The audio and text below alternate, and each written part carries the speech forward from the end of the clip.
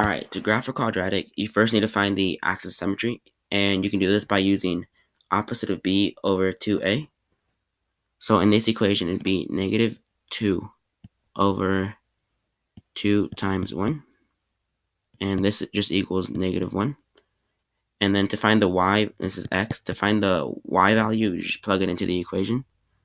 Negative 1 squared plus 2, negative 1 plus 4, and that just equals 3. And to find the rest of the graph, you just plug in x's to get your y. So if we plug in 0,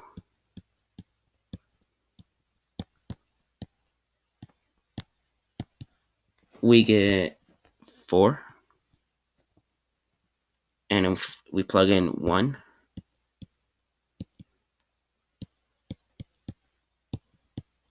we get 7.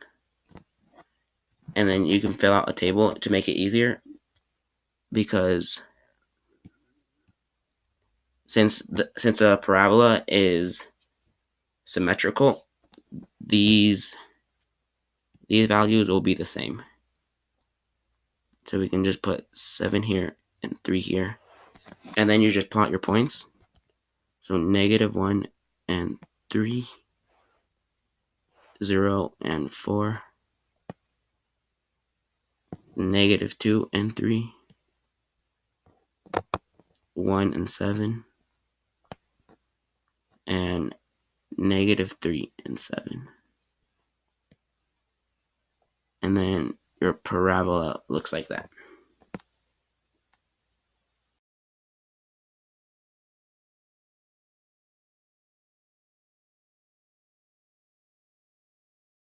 So to solve by factoring, all you need to do is find factors of c that when added together give you b.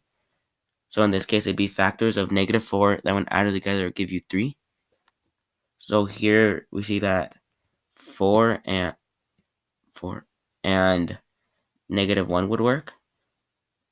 So to make it into an equation, it'd be x plus 4 times x minus 1. And that's the same equation as this one, just factored out. And to get the actual results, you set you set each one equal to 0.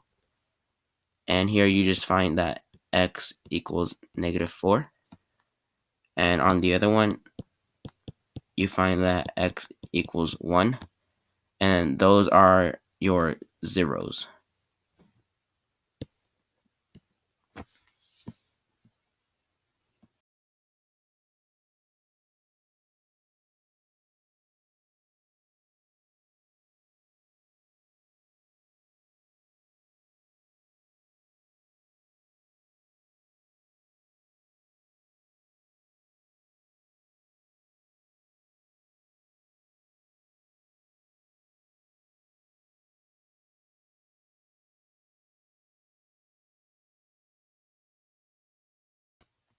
So to solve this equation, it's asking how long the catcher has to get in position. And so the equation is basically how long the ball is in the air. So we're going to have to find the zeros to know how long he has to get in position. And so using the quadratic formula, which is right here, it's x equals the opposite of b plus or minus the square root of b squared minus 4ac over 2a. And then when we plug in the points to the quadratic equation, it looks like this. And then you just have to use your calculator a lot, and it simplifies down to this one right here. And then you have to remember that it's plus or minus. So you do plus the square root of 6,624, and the 0 comes out as negative 0.04. And then when you subtract 6,624, the square root, you get 5.04. And then you need to find the difference of those two zeros to get your answer, which will just be 5.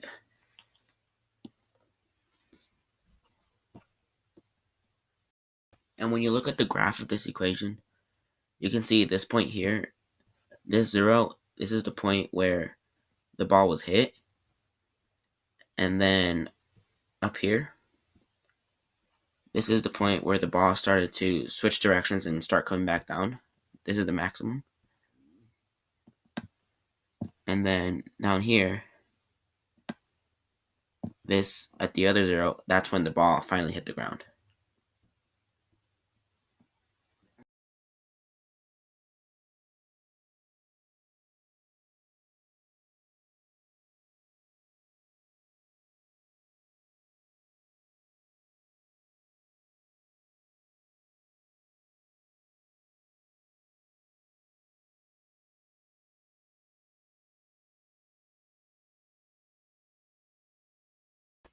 So to describe the roots, you need to find the discriminant, and the discriminant is just this part here of the quadratic formula excluding the square root. So if we were asked to describe the roots of these functions down here, for this equation here, it would be 2 squared minus 4 times 1 times 9, or times 4, and this equals negative 12. So according to the table we just saw, that means it has no real roots. So no real roots. And on the next one, it would be 3 squared minus 4 times 1 minus 4. Times negative 4. And this equals 25. And when the discriminant is more than 0, that means there's 2 roots. And when we plug in this function, it would be 80 squared minus 4 times 16 times 3.5. And that equals 6,624. And again, when it's above 0, that means it has 2 roots. And when we plugged these two in and we saw the graph, we saw that there was 2 zeros. And when we first did this problem at the beginning, there was no zeros because it was above the x-axis. So it works.